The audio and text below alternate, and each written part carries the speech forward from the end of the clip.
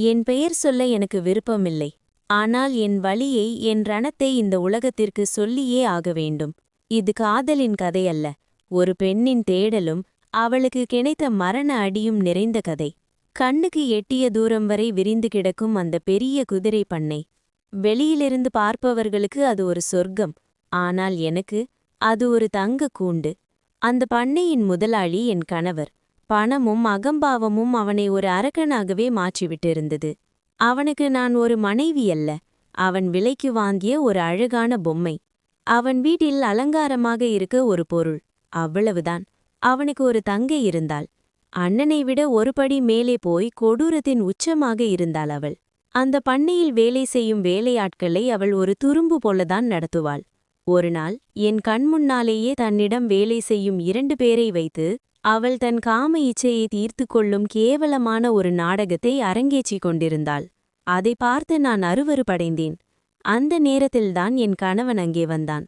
தங்கை செய்யும் தவறை தட்டி கேட்பான் என்று பார்த்தால், அவனோ அந்த அப்பாவி வேலையாட்களை போட்டு மிருகம் போல் அடிக்கத் தொடங்கினான். ஏன் இப்படி பண்றீங்க? அவங்க என்ன தப்பு செஞ்சாங்க? உங்க தங்க செஞ்ச காரியத்துக்கு அந்த ஏழைகளை ஏன் அடிக்கிறீங்க என்று நான் கத்தினேன். அவன் என்னை ஒரு ஏளன பார்வையோடு பார்த்தான். என் குடும்பத்தின் மானத்தை பத்தி பேச நீ யாருடி? வெளியில தெரிஞ்சா எல்லாரும் சிரிப்பாங்க. நீ உன் வேலைய மட்டும் பாரு. உனக்கு ஒழுக்கம் பத்தி பேச எந்த தகுதியும் இல்ல என்று எல்லோர் முன்னாலும் என்னை அசிங்கப்படுத்தினான். என் கணவனுக்கு நான் யார் என்ற உண்மை அங்கே எனக்கு உரைத்தது. அங்கே எனக்கு எந்த மரியாதையும் இல்லை. நான் ஒரு அனாதை என்பதை அந்த நொடி எனக்கு உணர்த்தியது. அந்த இருண்ட பண்ணைக்குள் ஒரு நாள் ஒரு புது வெளிச்சம் வந்தது. அவன் பேரு என்னவென்று கூட எனக்கு தெரியாது. எங்கிருந்தோ வந்தான். பண்ணையில் குதிரைகளை கவனித்துக் கொள்ளும் வேலைக்காக சேர்ந்தான். அவனுடைய கண்கள் மிகவும் ஆழமானவை. ஒரு நாள் காலையில் நான் குதிரை சவாரி செய்வதற்காக காத்து கொண்டிருந்தபோது எனக்கான குதிரையை அவனே தயார் செய்து கொண்டு வந்தான். இந்த குதிரை நல்லா போகுமா என்று நான் கேட்டேன். கண்டிப்பா மேடம், இதுக்கு நான் தான் பயிற்சி கொடுத்தேன். இந்த சவாரி உங்களுக்கு புதுமையாயிருக்கும் என்று ஒரு சிறு புன்னகையோடு சொன்னான். அந்த புன்னகையில் ஒரு கள்ளம் இல்லாம இருந்தது. இந்த குரூரமான மனிதர்கள் மத்தியில் இவன் எப்படி வந்து மாட்டிக்கொண்டான் என்று நான் நினைத்து கொண்டேன். சவாரி முடித்துவிட்டு வந்தேன். நான் எவ்வளவு அழகாக குதிரையை செலுத்தினேன் என்று அவன் பாராட்டினான். என் கணவனோ அதை கண்டும் காணாமல் அவனிடம் ஏதோ வேலை இருக்கிறது என்று சொல்லிவிட்டு என்னை அலட்சியம் செய்துவிட்டு போனான். அந்த புது இளைஞனின் பார்வையில் என் மீதான ஒரு ஈர்ப்பை நான் கவனித்தேன். ஆனால் நான் ஒரு பண்ணையாரின் மனைவி என்ற வட்டத்திற்குள் என்னை சுருக்கிக் கொண்டேன். நாட்கள் நகர்ந்தன. என் கணவனின் உண்மை முகம் எனக்கு தெரிய ஆரம்பித்தது. அவன் ஒரு மிருகம் மட்டுமல்ல, ஒரு காம வெறியன். ஒரு நாள் இரவு எங்கள் படுக்கை அறையிலேயே அவன் வேறொரு பெண்ணோடு இருப்பதை என் கண்களாலேயே பார்த்தேன். என் இதயம் சுக்குநூறாக உடைந்தது. நான் அவனிடம் சத்தம் போட்டேன், கதறினேன். அவனோ எந்த குற்ற உணர்ச்சியும் இல்லாமல் வக்கிரமாக சிரித்தான். என்னடி போ, என்னால ஆசைய கட்டுப்படுத்த முடியல. உனக்கு இஷ்டமிருந்தா நீயும் வா, இல்லனா அமைதியாயிரு என்று கூசாமல் சொன்னான். என் மீதான அவனது காதல் வெறும் காணல் நீர் என்று அந்த நிமிடம் எனக்கு புரிந்தது. அந்த இரவில் என் கண்ணீர் முழுவதும் வற்றி போனது. நான் ஒரு நடைப்பிணமாக அந்த வீட்டிற்குள் உலவிக் கொண்டிருந்தேன். அடுத்த நாள் இரவு பண்ணையில் ஒரு பெரிய பார்ட்டி நடந்தது. வெளி உலகத்திற்கு நாங்கள் ஒரு சிறந்த தம்பதி என்று காட்டிக்கொள்ள அவன் ஏற்பாடு செய்த நாடகம் அது. விளக்குகள், இசை, நடனம் என்று அந்த இடமே அதிர்ந்து கொண்டிருந்தது. அவன் என்னை பார்த்து, இன்னைக்கு ராத்திரி நீ நல்லா என்ஜாய் பண்ணு என்று ஒரு வக்கிர புன்னகையோடு சொல்லிவிட்டு இன்னொரு பெண்ணுடன் நடனமாட போய்விட்டான். எனக்கு மூச்சு முட்டியது.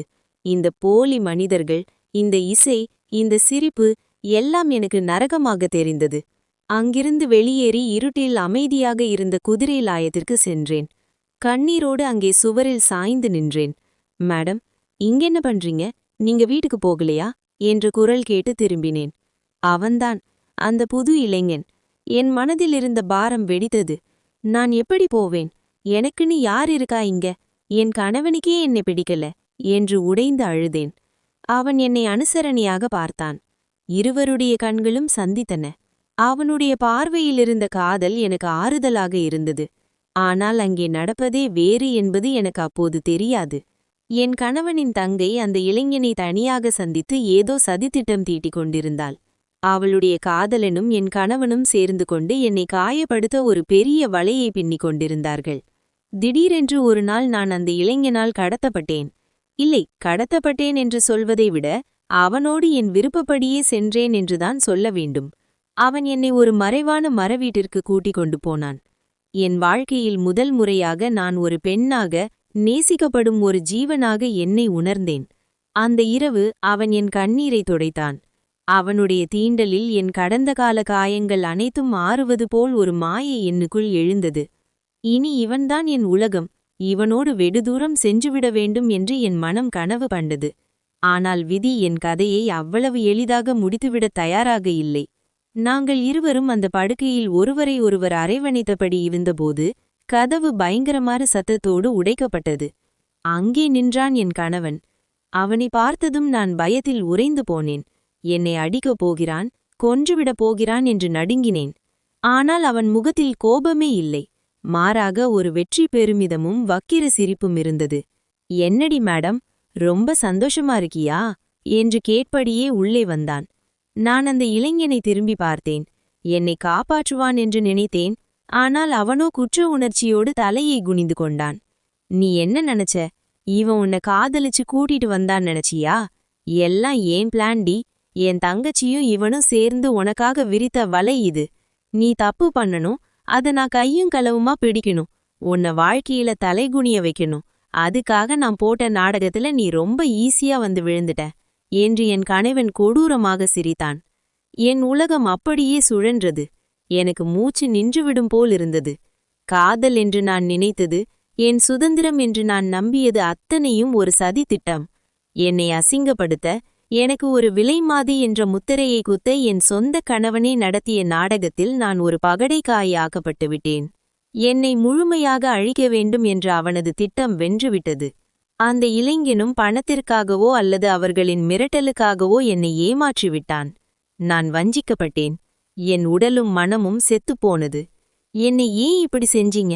நான் உங்களுக்கு என்ன துரோகம் பண்ண என்று கதறினேன். என் கணவன் அவனது துப்பாக்கியை எடுத்தான். அந்த இளைஞன் ஏதோ தடுக்க முயன்றான். ஆனால் எல்லாம் முடிந்துவிட்டது. அந்த இருண்ட அறையில் துப்பாக்கியின் சத்தம் காதை கிழித்தது. என் நெஞ்சில் குண்டு பாய்ந்தது. வலி, கடுமையான வலி. ஆனால் நெஞ்சில் பாய்ந்த தோட்டா கொடுத்த வலியை விட நான் நம்பிய அந்த இளைஞனின் துரோகம் கொடுத்த வலி பல மடங்கு அதிகமாக இருந்தது. என் உடல் படுக்கையில் சாய என் கண்கள் செருகின. என் ரத்தம் அந்த வெள்ளை படுக்கையை சிவப்பாக மாற்றிக் கொண்டிருந்தது. என்னை சுற்றி நின்ற அந்த 3 கொடூர முகங்களும் என் கண்களுக்கு மங்களாக தெரிய ஆரம்பித்தன. மரணம் என்னை தழுவிக்கொண்டது. என் வலிகளுக்கும் கண்ணீருக்கும் ஏமாற்றங்களுக்கும் இனி ஒரு முற்றுப்புள்ளி. ஒரு தங்க கூண்டுக்குள் அடைப்பட்டு கடைசியில் துரோகத்தால் சிறகுகள் வெட்டப்பட்டு இறந்து போன ஒரு பறவையின் கதை இது. என் மூச்சு அடங்குகிறது. ஆனால் என் மரணம் ஒரு நாளும் இவர்களை நிம்மதியாக வாழவிடாது. ஏமாற்றப்பட்ட ஒரு பெண்ணின் கண்ணீர் என்றாவது ஒரு நாள் அவர்களை சுட்டெரிக்கும்.